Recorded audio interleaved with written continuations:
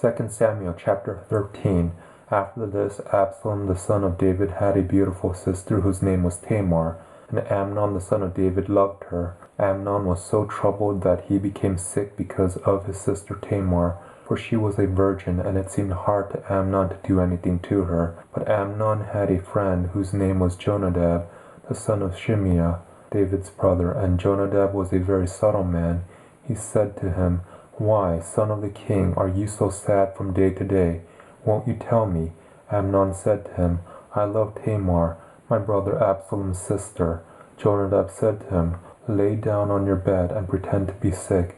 When your father comes to see you, tell him, 'Please let my sister Tamar come and give me bread to eat, and prepare the food in my sight, that I may see it and eat it from her hand.'" So Amnon lay down and faked being sick. When the king came to see him, Amnon said to the king, "Please let my sister Tamar come and make me a couple of cakes in my sight, that I may eat from her hand." Then David sent home to Tamar, saying, "Go now to your brother Amnon's house and prepare food for him." So Tamar went to her brother Amnon's house, and he was lying down.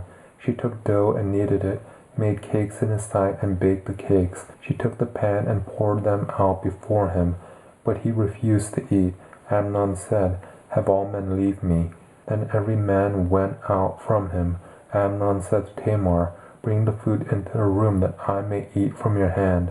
Tamar took the cakes which she had made and brought them into the room to Amnon her brother.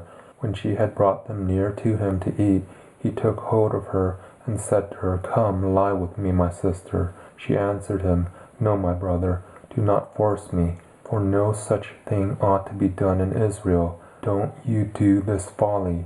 As for me, where would I carry my shame? And as for you, you will be as one of the fools in Israel. Now therefore please speak to the king, for he will not withhold me from you."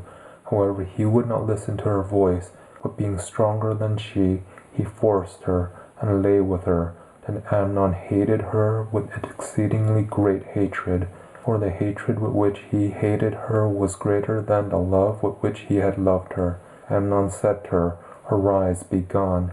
She said to him, "Not so, because this great wrong in sending me away is worse than the other thing that you did to me." But he would not listen to her. Then he called his servant who ministered to him and said, "Now put this woman out from me, and bolt the door after her."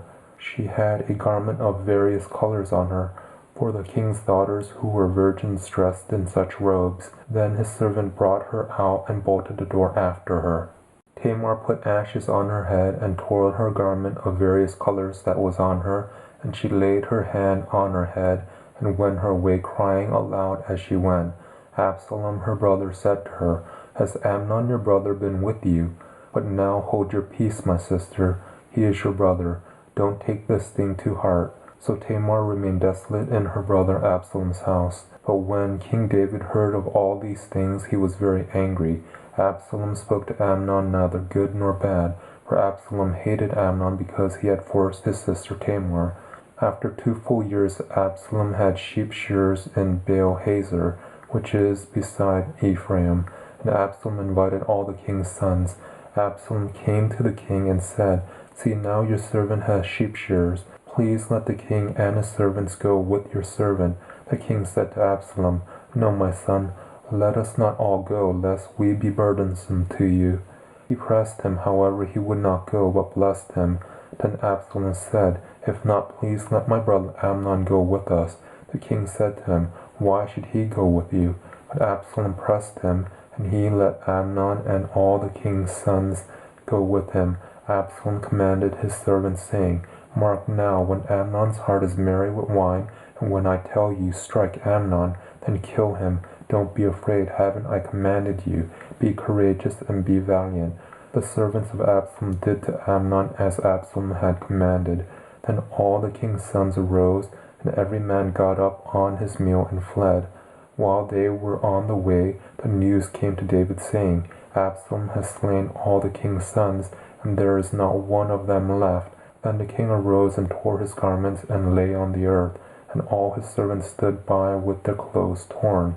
Jonadab the son of Shimeah, David's brother, answered, Don't let Adonai suppose that they have killed all the young men, the king's sons, for Amnon only is dead.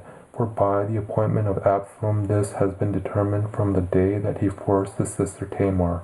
Now therefore don't let Adonai the king take the thing to his heart, to think that all the king's sons are dead, for only Amnon is dead. But Absalom fled. The young man who kept the watch lifted up his eyes, and looked, and behold, many people were coming by way of the hillside behind him. Jonadab said to the king, Behold, the king's sons are coming. It is as your servant said.